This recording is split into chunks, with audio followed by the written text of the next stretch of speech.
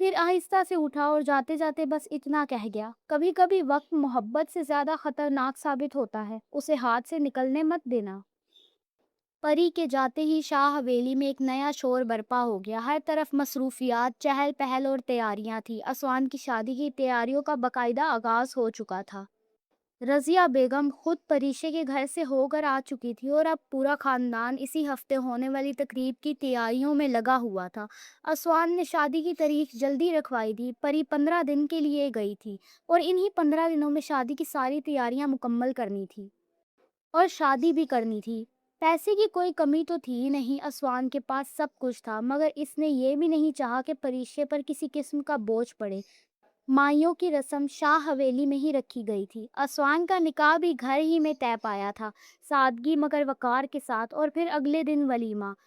گھر سناٹے میں ڈوبا ہوا تھا، دیواروں پر لگی گھڑیاں جیسے وقت گننے سے تھک چکی تھی۔ 2 دن بعد مائیوں تھا اور اسی تیاری میں رضیہ بیگم، عائشہ بیگم، زینب بیگم بازار نکلی تھی۔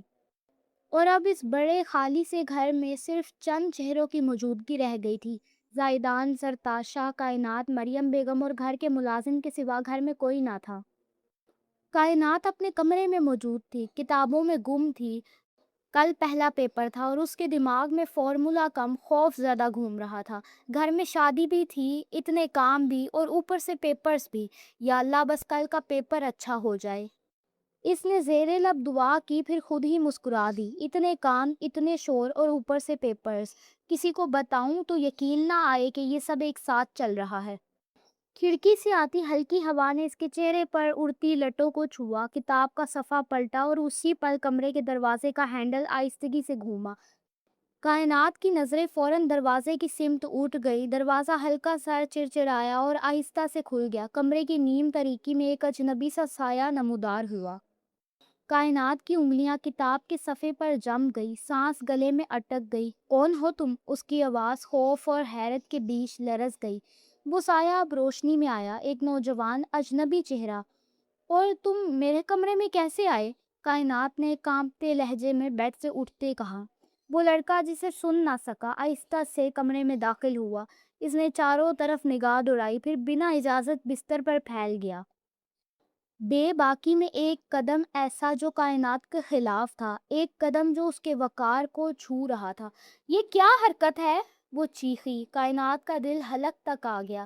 اٹھو، میرے بستر سے اٹھو، وہ چلائی۔ وہ لڑکا دھیرے سے بولا، چلاؤ گی تو تمہارا ہی نقصان ہوگا۔ کائنات کا دل زور زور سے دھڑکنے لگا۔ وہ پیچھے ہٹی مگر آنکھوں سے خوف ظاہر ہونے نہیں دیا۔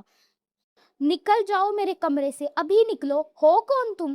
اس نے قدرے بلند آواز میں کہا، لیکن لڑکے کے لبوں پر ہلکی سی خاموش مسکراہٹ تیر گئی۔ چلاؤ گی تو تمہارا ہی نقصان ہوگا، اس نے پھر وہی جملہ دہرایا۔ اچانک اسے باہر سے ایک مانوس سی آواز سنائی دی، کائنات، کائنات باہر آؤ، میری بات سنو۔ یہ زینب بیگم کی آواز تھی۔ زینب بیگم کی آواز سنتے ہی کائنات تیزی سے چیخی، مامی، مامی اندر آئیں پلیز۔ اس کے ایسے چیخنے پر لڑکا ہلکا سا مسکرایا۔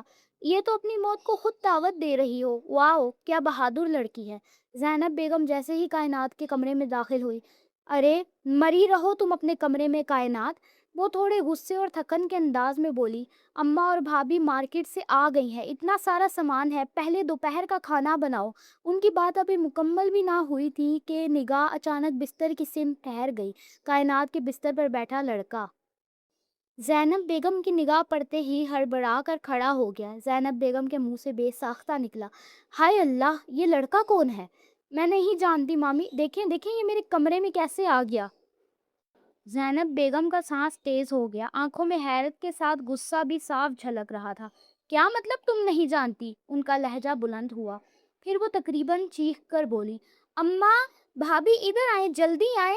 ان کی چیخ پورے کمرے میں گونجی۔ چند لمحوں بعد قدموں کی چاپ سنائی دی۔ رضیہ بیگم، عائشہ بیگم اور باقی خواتین بھاگتی ہوئی اندر داخل ہوئیں۔ دروازہ پوری طرح کھلا اور کمرے کے اندر وہ منظر سب کے سامنے تھا۔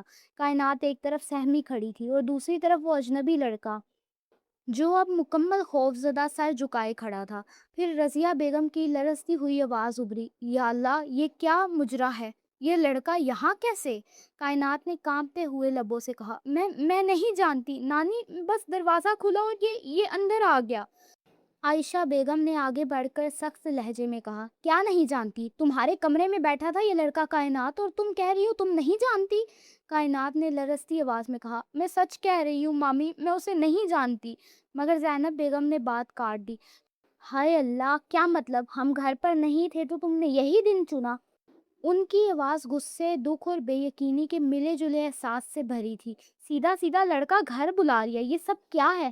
نہیں مامی، خدا کی قسم میں اسے نہیں جانتی، کائنات نے لرزتی آواز میں کہہ رہی تھی، اور وہ لڑکا خاموش سر جھکائے کھڑا تھا۔ اچانک ایک زوردار تھپڑ کی آواز گونجی۔ کائنات کا چہرہ ایک طرف جھٹکا کھا گیا، آنسو اس کے رخسار پر بہہ نکلے، مگر اس نے سر نہیں اٹھایا۔ رضیہ بیگم کی آنکھوں میں غصہ، دکھ اور بے یقینی سب ایک ساتھ تھے۔ خدا کی جھوٹی قسم کھاتی ہے تو؟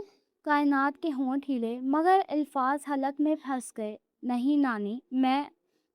مگر آواز دب گئی۔ اب عائشہ بیگم نے مڑ کر کونے میں کھڑی مریم بیگم کی طرف دیکھا، جو چپ چاپ سر جھکائے کھڑی تھی۔ یہی تربیت دی ہے تم نے اپنی بیٹی کو؟ ان کے لہجے میں صرف الزام نہیں، تلخی بھی تھی۔ مریم بیگم کے ہونٹ کانپے۔ نہیں بھابھی، ایسا نہیں ہے، میری کائنات کبھی... رضیہ بیگم نے ان کی بات کاٹی۔ ہم نے تمہیں ہمیشہ عزت دی، آزادی دی، کبھی آنے جانے سے نہیں روکا، کبھی شک نہیں کیا، کبھی پوچھا نہیں کہاں جاتی ہو، کہاں سے آتی ہو، اور یہ صلہ دیا تم نے۔ یہی بھروسے کا انجام تھا۔ کائنات کے آنسو زمین پر گر رہے تھے، اس کے ہاتھ کانپ رہے تھے، دل میں بس ایک ہی صدا تھی، اللہ تو ہی جانتا ہے، میں بے قصور ہوں۔ کائنات نے نانی کی طرف دیکھ کر بار بار کہا، نانی میں سچ کہہ رہی ہوں، میں نے کچھ نہیں کیا۔ پھر وہ مریم بیگم کی طرف لپکی، آنکھیں نم تھیں۔ ماما میں سچ کہہ رہی ہوں، میں اسے نہیں جانتی۔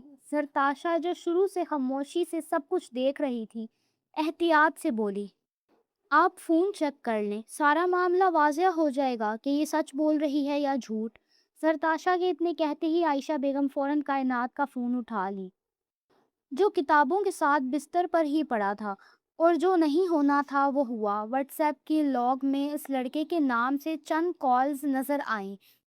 بار بار چیٹ کھولی تو پیغام شاید نہ تھا، اور اس کے نمبر پر اسی لڑکے کی تصویر صاف لگی ہوئی تھی، اور کانٹیکٹ میں وہ نمبر جان کے نام سے محفوظ تھا۔ عائشہ بیگم غصے سے بولی، ہمیں یہ دن دکھانے سے اچھا مر جانا تھا۔ دیکھو مریم، اپنی بیٹی کا کارنامہ۔ ان کے الفاظ کی تیز دھار کائنات کے سینے میں گھونپ گئی۔ رضیہ بیگم کی آنکھوں میں جھلک آیا غصہ اب قابو سے باہر تھا۔ انہوں نے کائنات کے گال پر ایک تیز تھپڑ مارا۔ کائنات کا سر جھکا، آنکھوں سے آنسو گرے، مگر اس نے پھر بھی زور سے انکار کیا۔ نانی میں نے کچھ نہیں کیا، اللہ کی قسم۔ مریم بیگم اب تک خاموش کھڑی تھی، مگر جیسے ہی عائشہ بیگم نے فون ان کے سامنے کیا، ان کے قدم ڈگمگا گئے۔ اسکرین پر وہی نمبر، وہی تصویر، وہی جان نام، اور ارد گرد سب کے تنے ہوئے چہرے۔ ان کے لب کپ کپائے۔ یہ سب تمہارے فون میں کیسے؟ ان کی آواز ٹوٹ رہی تھی۔ امی میری بات سنیں، میں نے کچھ نہیں کیا، میں اس لڑکے کو جانتی بھی نہیں۔ مگر مریم کی نظریں اب خالی ہو گئی تھیں۔ بھلا اس کے فون سے کوئی چھیڑ چھاڑ کیسے کر سکتا تھا؟ کائنات نے آگے بڑھ کر ان کا ہاتھ تھاما۔ امی میری بات پر یقین کریں، میں بے قصور ہوں۔ مگر مریم کے چہرے پر بے یقینی چھا گئی تھی۔ ان کے قدم خود بخود پیچھے ہٹے، جیسے ماں اور بیٹی کے بیچ ایک دیوار اٹھ گئی ہو، جو صرف الزاموں سے نہیں بلکہ یقین کے ٹوٹنے سے بنی تھی۔ اسوان ابھی رؤف صاحب کی خیریت پوچھنے اور ان کے لیے کچھ دوائیاں دینے کے بعد پریشے کے گھر سے لوٹ رہا تھا۔ پریشے حسب عادت چپ چاپ دروازے تک آئی، نگاہوں میں ایک ہلکی سی نرمی تھی۔ پریشے ہلکی سی مسکراہٹ کے ساتھ بولی، اس سب کی ضرورت نہیں تھی، ویسے یہ سب میں بھی کر سکتی ہوں۔ اسوان نے رکتے ہوئے اس کی آنکھوں میں دیکھا اور ایک شرارتی سا تبسم لبوں پر آیا۔ مجھے معلوم ہے آپ کو میرے پیار کے علاوہ کسی چیز کی ضرورت نہیں ہے۔ اور اس کی اس بات پر نہ چاہتے ہوئے بھی اس کے گالوں پر سرخی پھیل گئی، لیکن اس نے ظاہر نہیں ہونے دیا، فوراً خود کو سنبھالا۔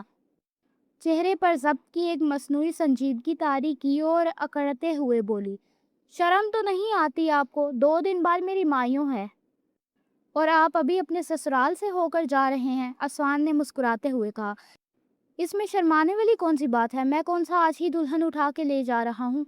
پریشے نے آنکھوں کو ذرا سا تنگ کر کے اس کی طرف دیکھا۔ یہ آج کل آپ کچھ زیادہ ہی شوق نہیں ہوتے جا رہے؟ اسوان نے ہلکی سی مسکراہٹ کے ساتھ ہاتھ جیب میں ڈالے۔ آپ کی مہربانی ہے محترمہ۔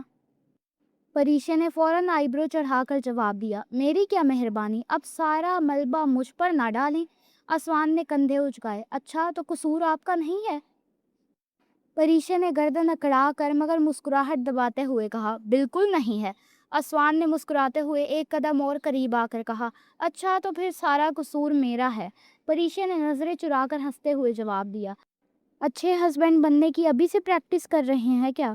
اسوان نے اس کی بات پر مسکرا کر پھر آہستہ لہجے میں بولا، نہیں، جب دل ہمارا آپ بھی ہماری تو قصور بھی ہمارا ہی ہوا نا۔ یہ سن کر پریشا کے گالوں پر ہلکی سی لالی اتر آئی، نظریں جھک گئی مگر مسکراہٹ چہرے پر بکھر گئی۔